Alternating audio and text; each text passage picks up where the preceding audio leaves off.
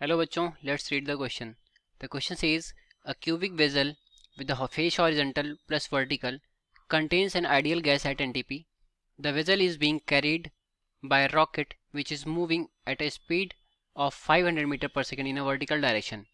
The pressure of the gas inside the vessel as observed by us on the ground.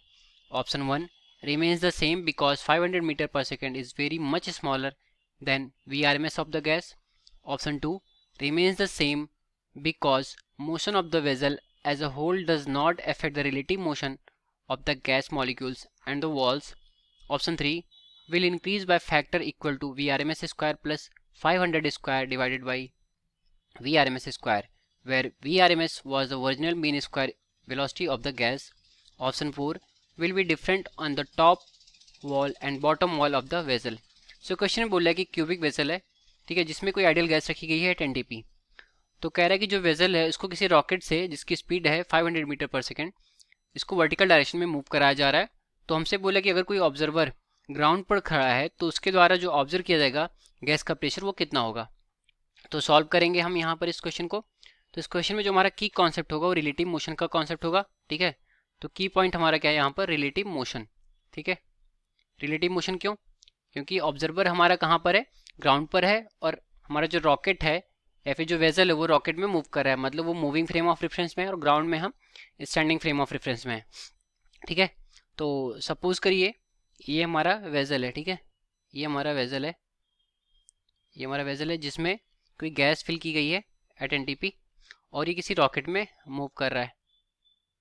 हमने इसको rocket बना के कर दिया, ठीक। तो ये रहा हमारा रॉकेट, इसमें हमारा जो गैस है वो मूव कर रहा है, रखा गया है, ठीक है। तो बोला कि जो रॉकेट है वो 500 मीटर पर सेकंड से मूव कर रहा है। तो जब हमारा रॉकेट 500 मीटर पर सेकंड से मूव कर रहा होगा और उसमें हमारा वेजल रखा गया है, तो जो वेजल की स्पीड होगी, इसकी स्पीड वो कितनी होगी, वो भी 500 मीटर पर सेकंड होगी। और हमारा जो गैस इनसाइड द वेजल होगा वो भी सेम स्पीड से उसके मॉलिक्यूल मूव कर रहे होंगे, ठीक है, क्योंकि उनका खुद का कोई मोशन नहीं हो रहा है, ठीक है, वो रॉकेट की वजह से मूव कर रहे हैं हमारे इन वर्टिकल डायरेक्शन। अब अगर कोई ऑब्जर्वर हमारा ग्राउंड पर खड़ा है, ठीक, ये ऑब्जर्वर अगर हमारा ग्राउंड पर खड़ा है तो इसको रॉकेट की स्पीड 500 मीटर पर सेकंड दिखाई पड़ रही है, ठीक है। और जो ये हमारा वेसल होगा इसकी भी स्पीड 500 मीटर पर सेकंड होगी और सेम हमारा गैस मॉलिक्यूल की भी स्पीड उसको ऑब्जर्व करने पे आएगी, ठीक है।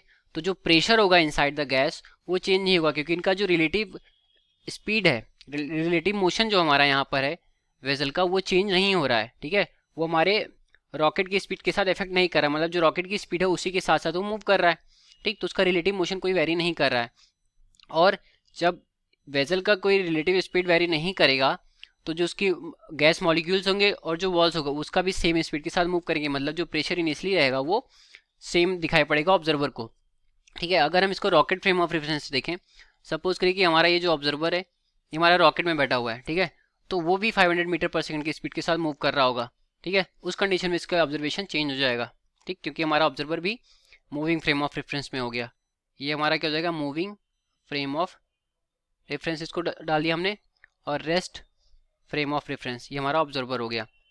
तो इसको जो प्रेशर दिखाई पड़ेगा वो सेम होगा जैसा कि पहले था, ठीक। तो इसका ऑप्शन हम देखें तो ऑप्शन नंबर 2 सही होगा, क्योंकि इसमें क्या बोला, remains the same because motion of the vessel as whole does not effect the relative motion of the gas molecules and the walls, ठीक।